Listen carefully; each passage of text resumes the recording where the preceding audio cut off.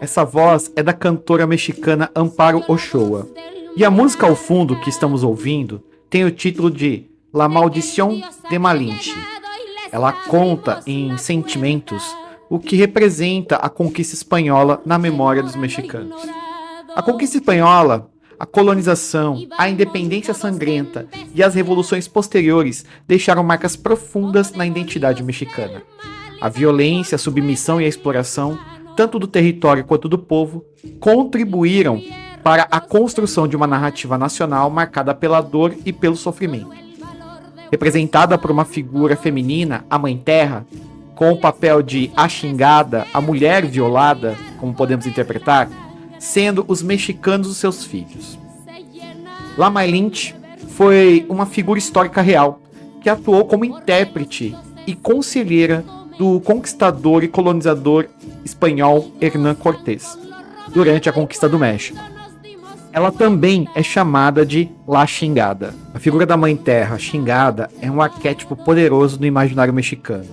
Ao analisarmos a formação da sociedade mexicana sob essa lente, podemos desvelar uma complexidade de sentimentos e perspectivas que contribuíram para a construção da identidade nacional.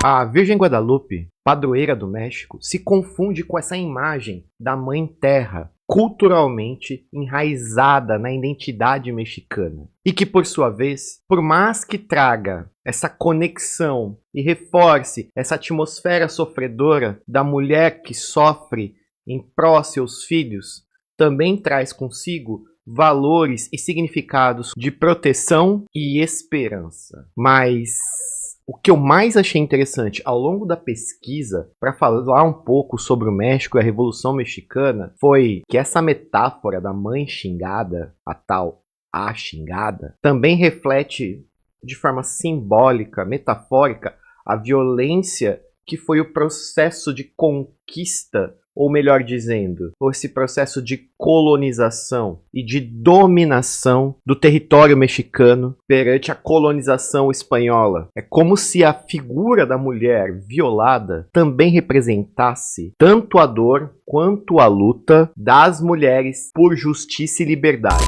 A figura de Malinche divide opiniões no México. Muitas pessoas sentem raiva e tristeza por ela, achando que ela traiu seu povo.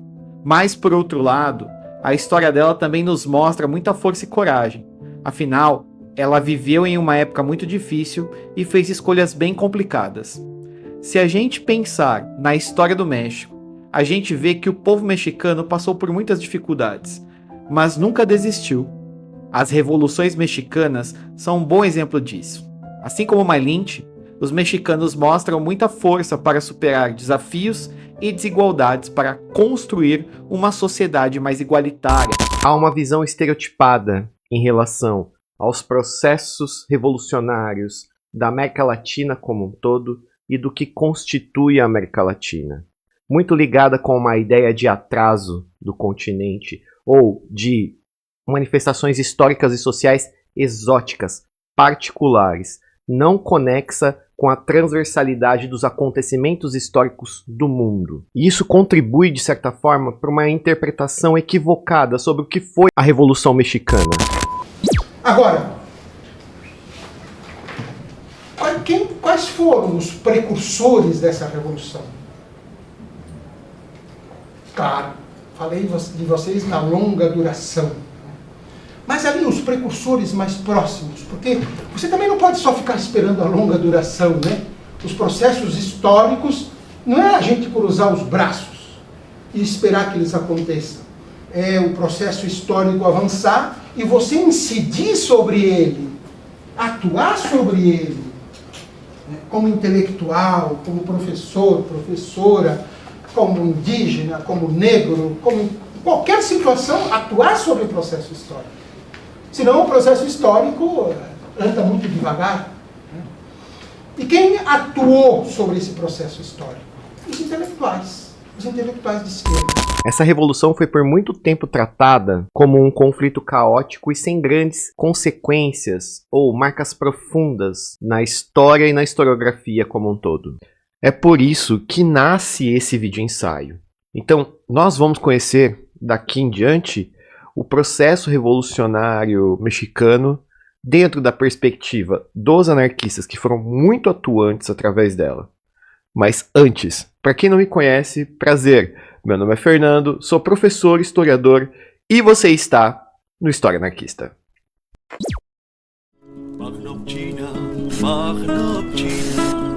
Les drapeaux sont noirs dans le vent, ils sont noirs de notre peine, ils sont rouges de notre sang.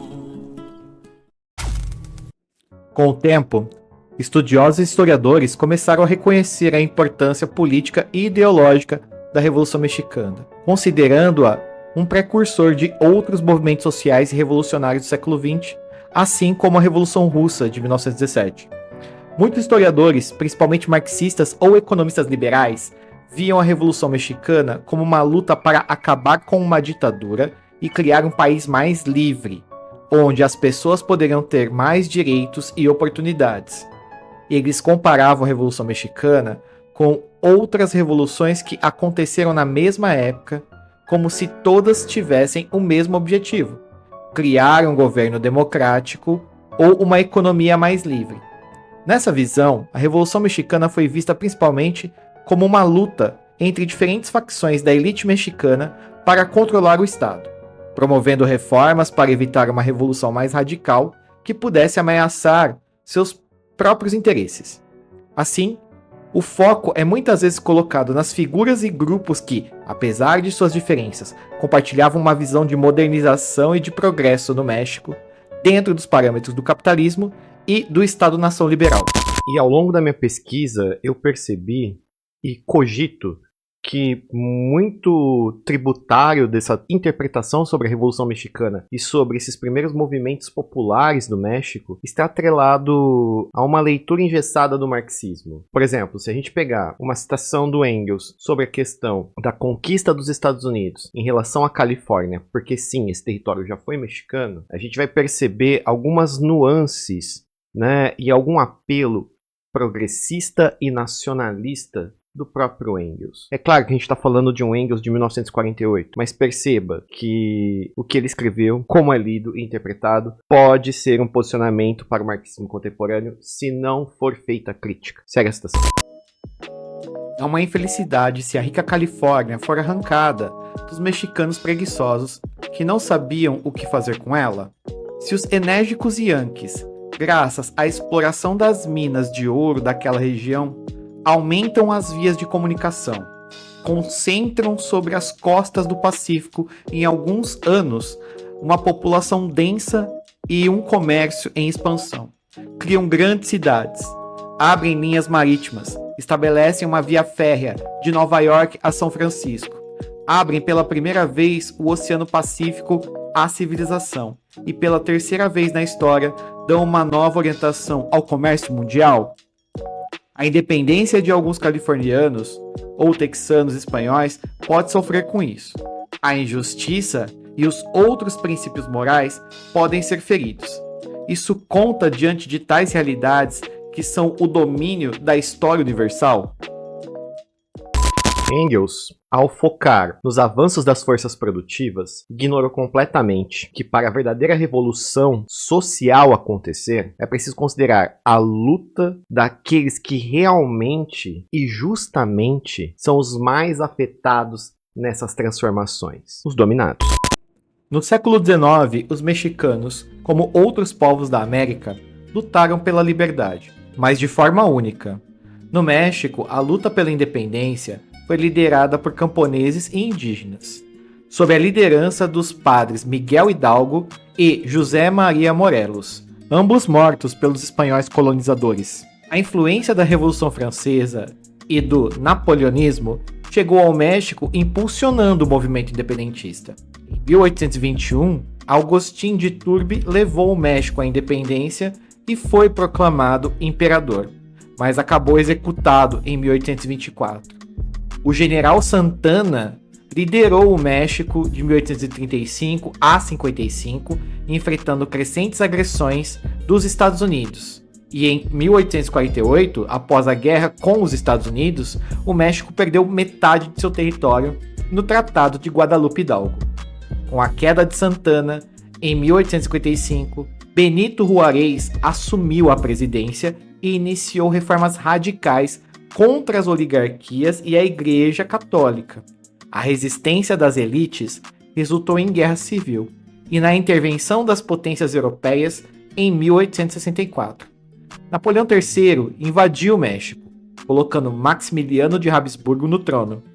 A reação liderada por Juárez terminou em execução de Maximiliano em 1867. Foi aí que Porfírio Dias assumiu o poder em 1876, instaurando uma ditadura que ignorou as reformas e criou uma situação que culminou na Revolução Mexicana de 1910.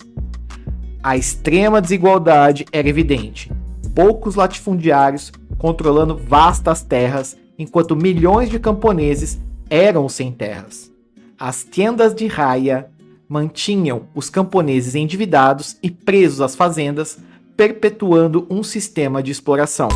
Para quem não entende ou está distante sobre a história da Revolução Mexicana ou de como constituiu dinâmicas sociais no México no século XVIII, nos séculos XVIII, XIX e início do XX, existia um sistema de dominação e de exploração chamada tiendas de raia.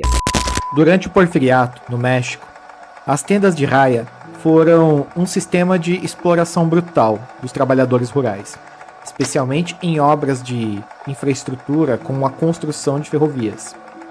Recrutados à força, esses trabalhadores enfrentavam condições desumanas, viviam em barracos improvisados, com jornadas exaustivas e salários miseráveis. A violência era comum, com os patrões que detinham poder de abuso frequentemente recorrendo a espancamentos, torturas e execuções sumárias. Além disso, muitos trabalhadores eram presos a um ciclo de dívida perpétua, o que os mantinha em uma forma de servidão. Esse sistema era favorecido pelo modelo econômico do porfiriato, que demandava mão de obra barata, e pela falta de regulamentação trabalhista. As tendas de raia aprofundaram a pobreza e a desigualdade social, que levou à insatisfação populacional generalizada, resultando na Revolução Mexicana. As promessas republicanas e liberais no México falharam em resolver os problemas do país, levando a convulsões políticas, ditaduras, intervenções militares estrangeiras e a perda do território para os Estados Unidos. Nesse contexto de dominação e exploração, surgiu o pensamento socialista, especialmente o anarquismo. O anarquismo no México não aconteceu de forma providencial e não está ligado diretamente com a figura de Ricardo Flores Magón. Existe um processo de socialistas anteriores a Ricardo Flores Magón que começaram o início do que a gente pode chamar de um proto-anarquismo. Uma dessas figuras, a qual eu não encontrei em imagens e referências, apenas uma citação de um livro a qual eu tenho, do Pierre Francesco Zacconi, chamado A Revolução Mexicana, seria da figura de Plotino Rodacanati, um grego exilado no México, muito influenciado pela literatura e pela ideologia mutualista de Proudhon, inicia as primeiras empreitadas a ponto de construir esse proto-anarquismo. Ele tentou organizar camponeses e fundar colônias agrícolas socialistas. Em 1863, seu grupo criou a primeira organização de ajuda mútua e, em 1868, uma sociedade secreta que influenciou movimentos camponeses. Júlio Chávez Lopes, formado na escola de Rodacanati, tornou-se um precursor do zapatismo, liderando revoltas armadas camponesas e publicando, em 1869, um manifesto que integrava a luta de classes à causa camponesa. A repressão por parte do governo de Porfírio Dias, no entanto, rapidamente dissolveu esses movimentos, incluindo um partido comunista mexicano e várias tentativas de revolta. Todo esse esforço foi consolidado para que, em 1898, a 1999, o anarquista catalão Jorge Zaldívar organizasse um grupo de anarquistas na Península de Yucatán. Foi a partir desses primeiros passos e esforços que um movimento organizado revolucionário emergiu no México, com a formação e a organização de anarquistas, sindicato e a realização das primeiras greves dentro do território mexicano. Esses intelectuais então vão atuar muito na sociedade. E aí vão aparecer três irmãos que se chamam Irmãos Flores Magón, certo? Eles vêm lá da cepa liberal que você falava. Só que quando a gente fala de liberal lá no México, tem 4 tipos de liberais. Tem os liberais jacobinos, tem os liberais moderados, tem os liberais conservadores e tem os liberais oligárquicos. Os irmãos Flores Magón são liberais jacobinos. Essa persistência por parte de setores acadêmicos de pegar conceitos exógenos ao processo mexicano faz com que não esclareça e não responda até efervescências sociais contemporâneas no México. Dizer que Ricardo Flores Magón era um jacobino, né, é trazer a referência da Revolução Francesa sem considerar toda uma conjuntura e todo um processo histórico que os jacobinistas mais não correspondiam com a realidade. Enfim, para resumir, Ricardo Flores Magón, o PLM e os seus irmãos, por um bom período, estavam atuando no espectro e dentro da ideologia anarquista. Resumindo, eles eram anarquistas. Liderado por figuras como Ricardo Flores Magón, esse movimento defendia a abolição de todo tipo de autoridade e a construção de uma sociedade livre e igualitária. Com a criação do jornal Regeneración, em 7 de agosto de 1900, as ideias anarquistas se espalharam rapidamente pelo país. As críticas contundentes ao governo de Porfirio Díaz e a defesa dos direitos dos trabalhadores ressoaram entre a população, especialmente entre os mais desfavorecidos. A organização do Partido Liberal Mexicano, em 1906, marcou um novo capítulo nessa luta, unindo trabalhadores, camponeses e intelectuais em torno de um projeto revolucionário. O PLM, além de ter Ricardo Flores Magón como militante, tinha outros membros importantes como Praxedes Guerrero, Juan Sarabia, Vila Real, Henrique Flores Magón, Librado Rivera e Manuel Sarabia. O partido contava com 44 grupos de guerrilheiros espalhados pelo país inteiro, que tinha o seu centro diretivo em Douglas, Arizona. Mas os tempos ainda não estavam maduros e facilitados para o PLM e o Regeneración. Os Rangers do Arizona, aqueles xerifes que a gente costuma ver em filme, pararam a maioria dos revolucionários do PLM. Esse tipo de conflito revolucionário fez crescer o prestígio do PLM com a população. A plataforma do PLM era clara: fim da exploração do capitalismo e do Estado, reforma agrária e autogestão dos meios de produção. Para alcançar esses objetivos, os anarquistas mexicanos não hesitam em recorrer à luta armada. Greves, revoltas e ações guerrilheiras marcaram a história desse período. A greve de Cananéia e a revolta de Rio Blanco são emblemáticos da disposição dos trabalhadores em enfrentar a repressão governamental. Apesar da perseguição e da prisão dos seus líderes, o movimento anarquista mexicano continuou a crescer e a inspirar outros grupos revolucionários ao redor do mundo. A influência de Ricardo Flores Magón e do PLM, Partido Liberal Mexicano, se estendeu além das fronteiras do território mexicano, de solidariedade entre os anarquistas. A influência de Ricardo Flores Magón e do PLM se estendeu além das fronteiras do México, contribuindo para a formação de uma rede internacional de solidariedade entre os anarquistas. Em 29 de janeiro de 1911, dirigido por José Maria Leiva e Simón Berthold, os guerrilheiros da PLM conquistaram a cidade de Mexicali, com uma força inicial de apenas 18 homens, e ultrapassaram rapidamente, depressa, a 500, dos quais aproximadamente 100 eram estadunidenses do sindicato Industrial Workers of the World, o IWW. Entre eles se destaca Frank Littlejoy e Joey Hill, Com essa resistência formada pelos sindicalistas da IWW e ativistas do PLM, as tentativas das tropas mexicanas de reconquistar Mexicali falharam. Isso é uma evidência de como o internacionalismo do anarquismo é fundamental na sua constituição e organização. Outras figuras destacadas no anarquismo da época também se envolveram com o processo revolucionário mexicano. Colaboraram de alguma forma. É o caso de Emma Goldman e Neno Vasco, que se corresponderam pelo envio de recursos aos companheiros anarquistas mexicanos.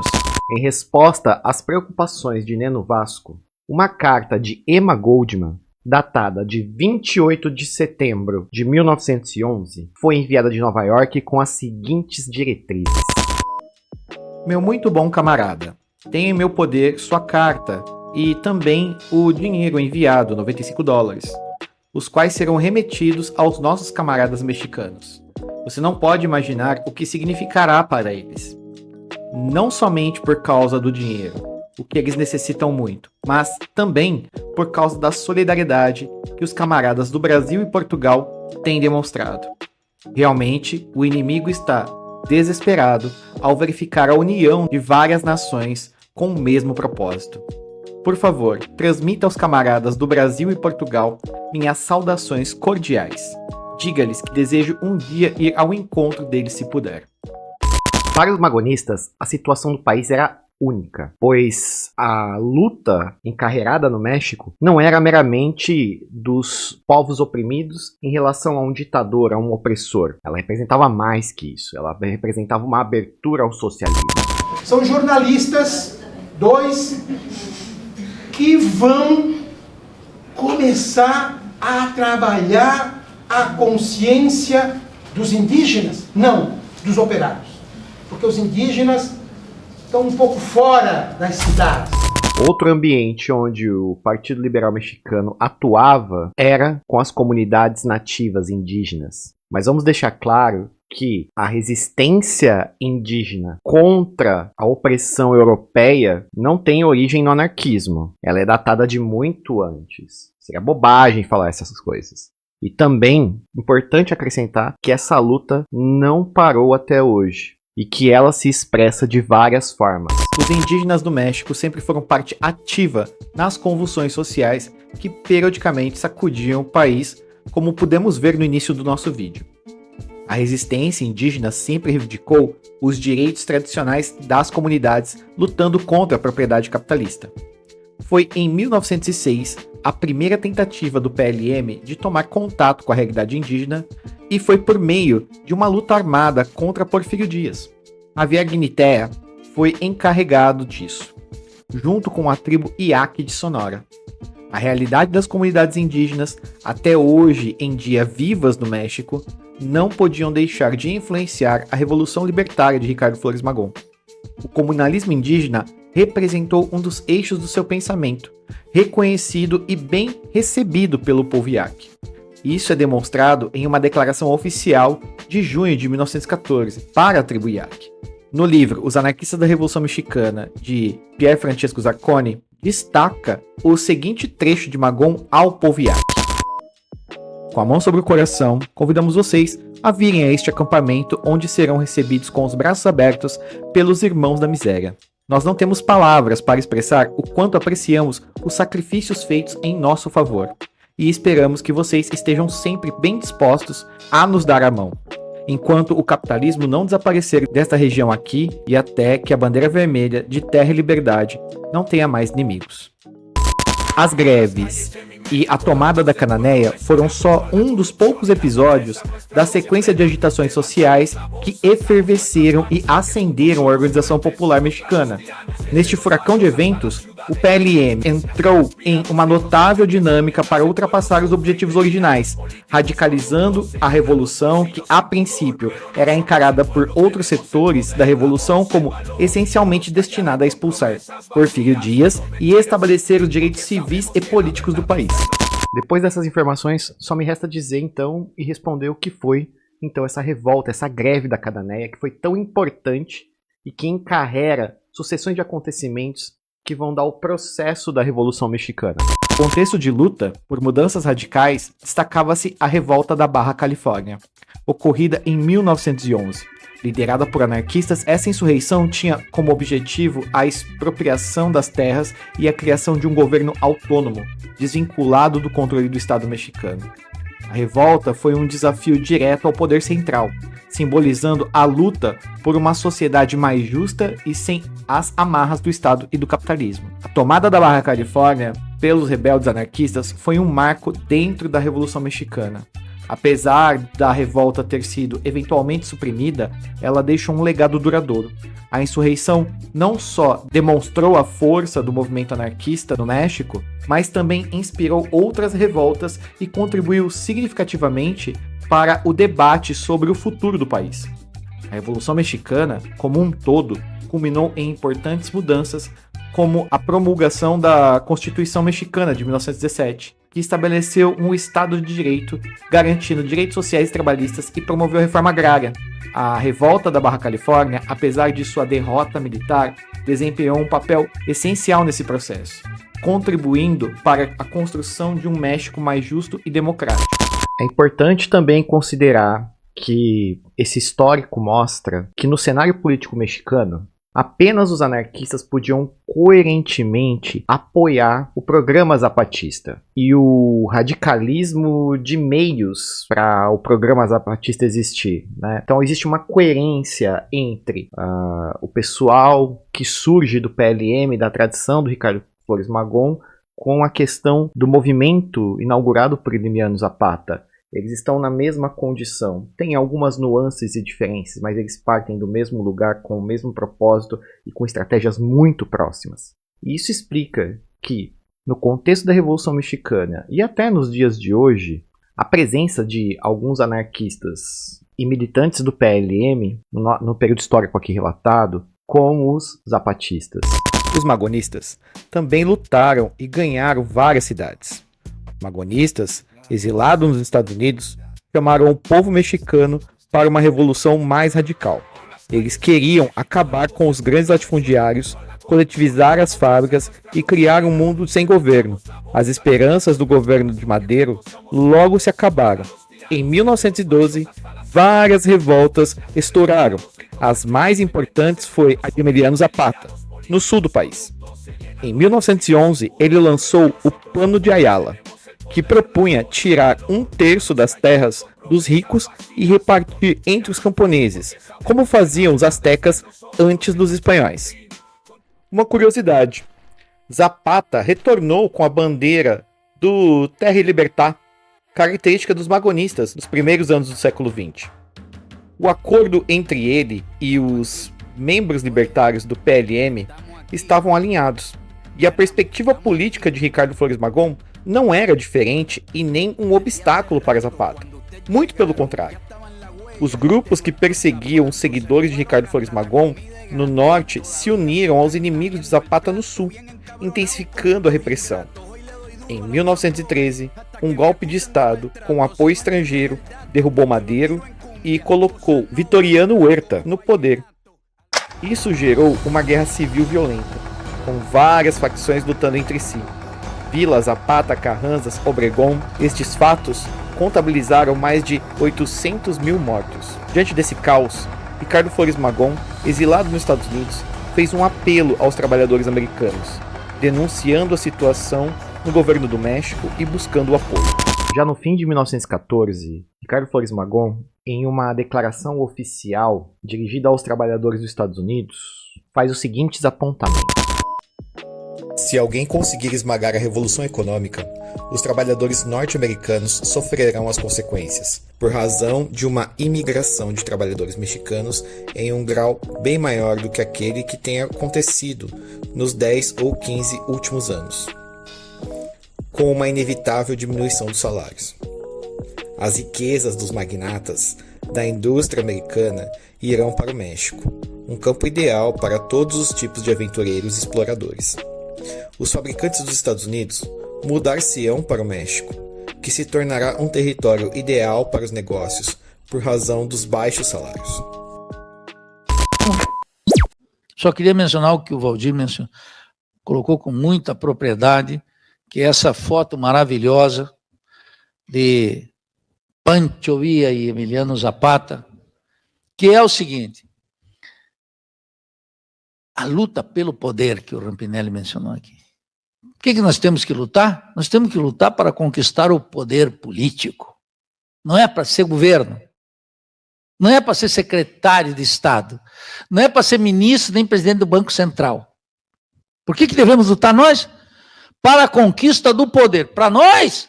Não. Para as massas. Para as massas.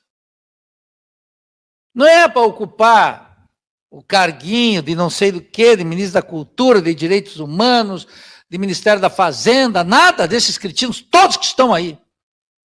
É para lutar pelo poder. Alguém só poderia estar no governo se dissesse: vou lutar pelo poder. Para quem? Para as massas. Poder para quem? Para as classes subalternas. Temos que lutar pelo poder. Está no governo? Só vai se manter se lutar pelo poder. Todo o ensinamento latino-americano é: quem quer governo tem que lutar para poder. Não luta pelo poder, perde o governo. Dilma, Lugo, Aristide, posso fazer uma relação imensa. Emiliano Zapata e Pancho Villa, o Valdir colocou a questão de maneira brilhante, é o seguinte: eles tinham a luta pela questão da terra, é isso que movia. Isso dá uma lição do cacete, que ninguém vai garantir a sua luta imediata pela terra se não for por tudo. Por tudo! Vai lutar pela questão da mulher? Não vai lutar pela questão da mulher? Quer mesmo lutar pela questão da emancipação feminina? Vai ter que lutar pelo socialismo, por todo o poder. Quer lutar pelo fim do racismo no Brasil? Vai ter que lutar pelo poder, senão vai virar deputado e ministro. Vai ter que lutar pelo direito das crianças ter uma vida decente como tem as cubanas? Vai ter que lutar pela revolução. Vai ter que lutar para manter a velhice digna num país que já não tem previdência social? Só se lutar pelo poder. Senão é um demagogo, um mentiroso.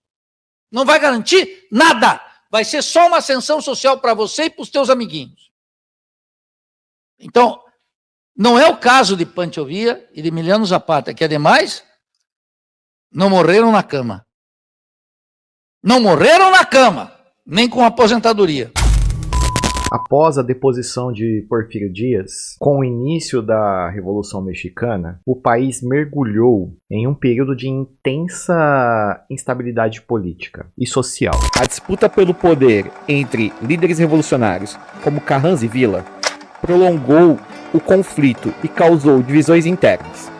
Diferente deles, Zapata e o movimento zapatista focaram na reforma agrária e na defesa dos direitos dos camponeses, especialmente os indígenas. Seu objetivo era distribuir terra aos trabalhadores rurais e criar comunidades autônomas, onde os próprios camponeses decidiriam sobre suas vidas. Ricardo Flores Magón percebeu isso.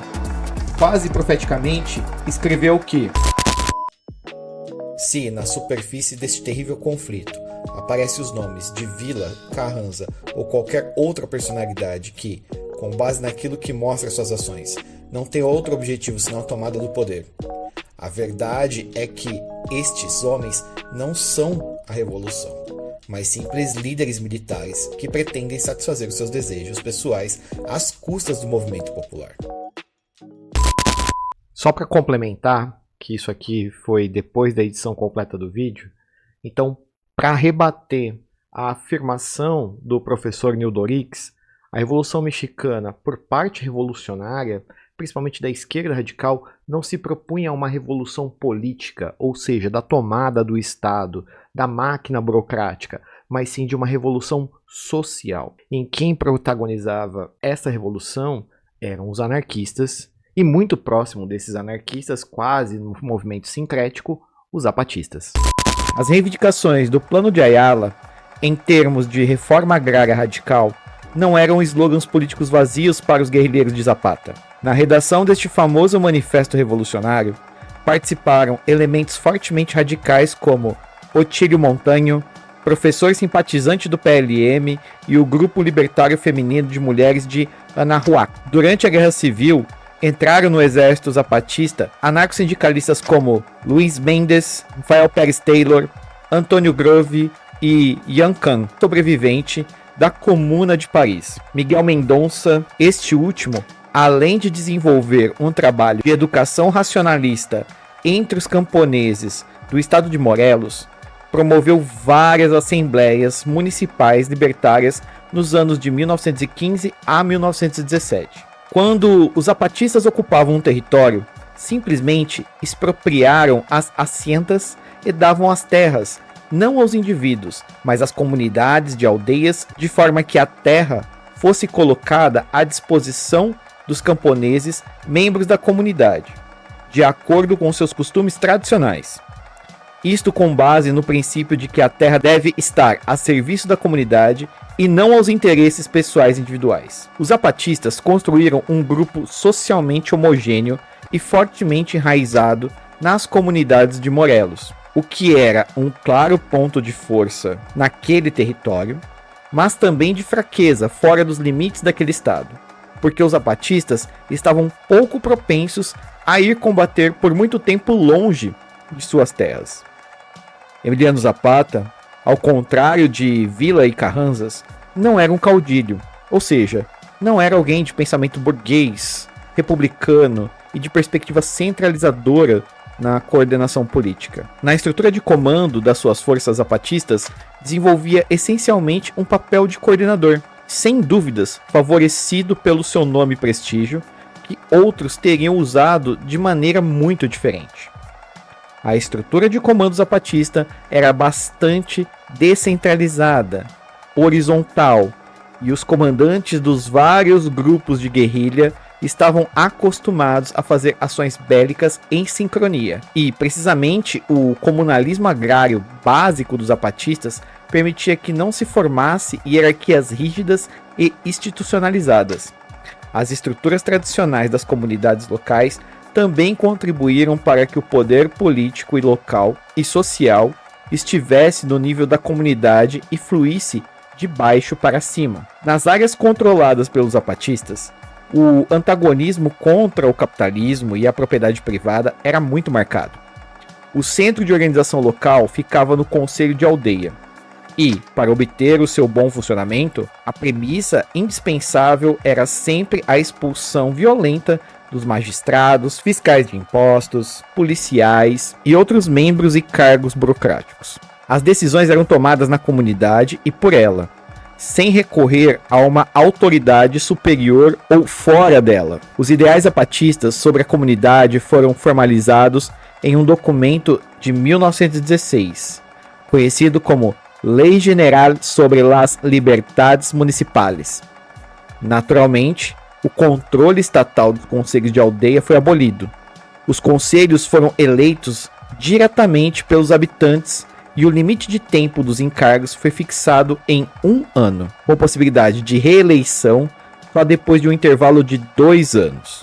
O controle de administração econômica era uma prerrogativa de cada habitante.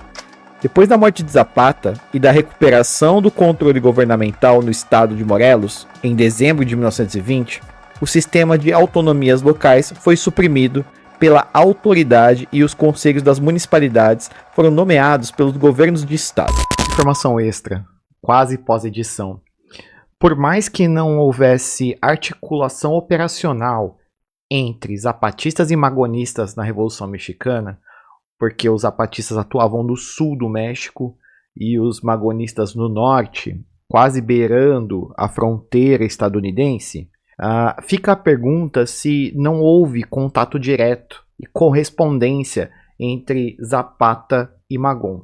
E a gente levantou algumas hipóteses e a gente tem algumas evidências com a pesquisa levantada para esse vídeo, através de um artigo que virou um pequeno livreto, né, Revolução Mexicana, do Pierre Francesco Giacconi, que eu me referenciei várias vezes aqui. Mas ele coloca uma evidência que deixa claro esse sincretismo e essa correspondência, e que essa correspondência também se torna robusta a tentar entender como é que se fica hoje os magonistas e os zapatistas e essa relação entre eles. Em todo caso, em 1912, Zapata, favorável ao PLM, fez a proposta de uma transferência do Regeneración para Morelos, onde ele colocaria à disposição de Flores Magón as fábricas de San Rafael e os meios necessários para fazer um jornal de importância nacional. A coisa não teve êxito por várias razões. Primeiro, pelas detenções periódicas e depois pelos problemas de saúde de Ricardo Flores Magón. Isso acabou não dando possibilidade de mover o plano para frente. Além disso, ele também se convenceu de que a manutenção da sede da publicação nos Estados Unidos teria maior influência em favor da ação realizada por ele, visando evitar uma intervenção armada americana na Revolução Mexicana, aproveitando-se da grande popularidade que tinha naquele país. Porém, Zapata sentia não só a influência de Magón. Uma influência direta foi exercida por Antônio Dias Soto y Gama, entusiasta das ideias de Tolstói e Kropotkin, anarco-sindicalista da capital do México, que se uniu aos zapatistas com outros camaradas, tornando-se logo ideólogo do movimento. Não seria, em todo caso, exato definir Emiliano Zapata e seu movimento simplesmente anarquista, pela falta daquela clara orientação sistemática que caracterizaria outras figuras e movimentos, como Néstor Magno e Durruti, por exemplo. Mas é indiscutível que as influências anarquistas eram as mais evidentes e que muitas metas eram comuns, embora faltasse uma identidade internacional. No México de hoje, quando a gente fala sobre movimentos sociais, lutas dos nativos em relação à sua existência e às suas terras, ainda falamos, como a gente percebeu, sobre zapatismo e principalmente magonismo. Por mais que, na minha opinião, se Ricardo Flores Magón tivesse vivo hoje, ele não gostaria muito do termo. Ele seria resistente com esse termo. Mas, enfim, isso acontece porque as ideias das batalhas, tanto de Ricardo Flores Magón quanto de Emiliano Zapata, continuaram vivas no imaginário da população mexicana, principalmente enquanto condição de dominada, da classe dominada, e especialmente entre os nativos mexicanos. Muitos conhecem o Exército Zapatista de Libertação Nacional, o EZLN, em Chiapas, mas poucos sabem que em Oaxaca existe um grupo indígena magonista chamado Conselho Indígena Popular de Oaxaca, Ricardo Flores Magón, o CIPO-RFM, que está na linha de frente das lutas sociais, embora sofra com grande repressão. Os meios de comunicação costumam representar esses dois movimentos como expressão da luta das comunidades indígenas mexicanas, o que é verdade até certo ponto. Hoje, o magonismo e o zapatismo lideram reivindicações por autonomia administrativa, econômica e cultural dessas comunidades, o que se torna um movimento mais amplo.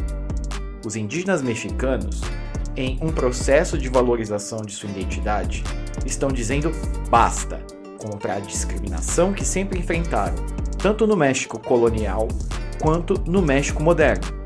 Desde a independência, os indígenas foram marginalizados ou forçados a se integrar à sociedade dominante, perdendo a sua identidade. No entanto, essa integração não garantia igualdade real. A opção mais comum era continuar nas classes exploradas pelo capital. O magonismo e o zapatismo defendem que os indígenas não querem mais ser tratados como objetos passivos de estudo e projetos de governo. Eles querem ser donos dos seus próprios destinos e proteger sua cultura. Há um preconceito comum de que a cultura tradicional significa atraso, mas isso não é verdade. São apenas culturas diferentes. O Estado e a cultura dominante não podem julgar a capacidade dessas culturas de se desenvolverem e satisfazerem suas necessidades. Só com a liberdade de se desenvolverem é que o julgamento justo pode ser feito. O importante é ver a reivindicação da autonomia nativa como algo positivo, o que coloca o Estado mexicano em uma situação bem delicada. Se o governo não atender essas demandas, os indígenas podem intensificar sua luta, o que pode causar problemas para o país já cheio de contradições sociais, econômicas e políticas. Se o Estado aceitar, pode haver um conflito com sua própria natureza, pois os nativos buscam autodeterminação sem criar novos estados. Essa autodeterminação é anticapitalista e libertária, baseada em comunidades onde o poder vem do povo, através de assembleias populares. O magonismo e o zapatismo revitalizaram essa reorganização tradicional, usando-a como base para enfrentar os problemas políticos. E aí, para fechar, né, última informação extra, eu achei uma citação do subcomandante Marcos que derruba essa ideia de uma revolução aos moldes marxistas ou de leituras do socialismo com a tomada política. O zapatismo não quer a conquista ou o poder, ou, melhor dizendo, do domínio político, porém deseja abrir um espaço de luta política em que o povo cidadão possa desenvolver uma participação política real, opinar e decidir qual será o sistema social, o sistema político que terá. Saindo um pouco então desse processo de investigação histórica, indo para uma abordagem um pouco mais informal e até especulativa, o pouco que eu sei de México e do que eu observo é que quando você tem a junção do movimento zapatista com o movimento magonista, que estão em lugares opostos, mas que partem dos mesmos princípios, é onde você vê o ganho social e o avanço social da população mexicana de forma mais contundente e mais profunda. Por exemplo, na comuna de Oaxaca, né, zapatistas solidarizados com os magonistas que estavam protagonizando o Oaxaca, se articulavam, se apoiavam, e o Oaxaca só foi possível por causa dessa articulação. Os dois têm uma possibilidade de ação maior na sociedade mexicana de hoje, sociedade disposta a reconhecer a identidade cultural e social de brancos, mestiços e nativos. Trata-se da defesa dos direitos da auto-organização de classes dos explorados mexicanos.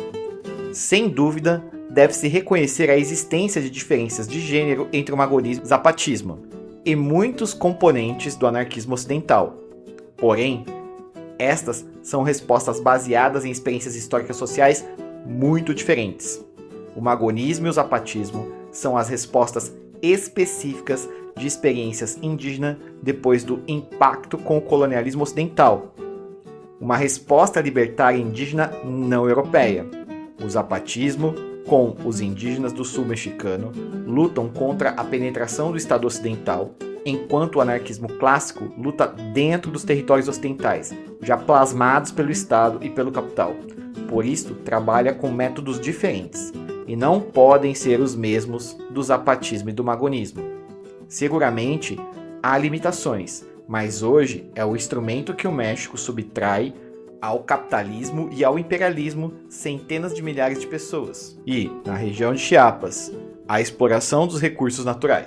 Para a gente encerrar então e finalizar esse vídeo que está muito extenso, né, tá enorme, eu me esforcei muito para tentar pontuar a relevância para nós e para o nosso aprendizado, né, dentro do estudo enquanto da história convencional, mas principalmente para a militância, o que a gente consegue agregar da Revolução Mexicana, o que a gente consegue agregar do zapatismo e principalmente do magonismo para a luta cotidiana, e principalmente pensando no Brasil. O que a gente consegue resgatar e trazer de lá que se torna relevante para nós?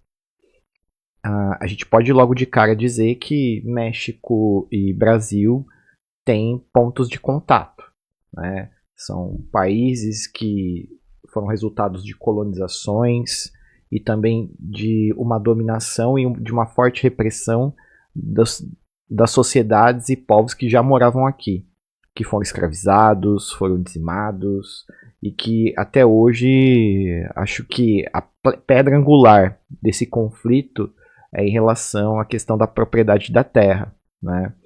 O México, nesse aspecto eu percebo um avanço maior em pensar a reforma agrária e que a população ela é combativa nesse sentido, tanto urbana quanto campesina.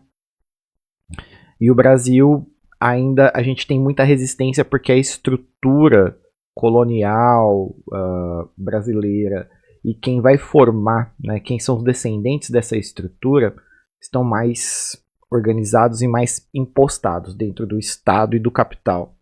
Então o combate é mais duro, é mais difícil, mas a gente pode tirar algumas lições e alguns ganhos do que foi feito no México, ressignificar, repensar, elaborar, para a gente atuar aqui no Brasil. Mas esse volume de informações, só me resta agradecer, dizer para curtirem, compartilharem, comentarem. Ah, eu estava quase esquecendo. Toda a bibliografia e fonte que eu usei para fazer esse vídeo ensaio está aqui embaixo na descrição. E também, se você puder, com aquela doaçãozinha espontânea que está aqui embaixo, passando aqui o QR Code, aqui desse ladinho, se você puder colaborar, ajuda bastante.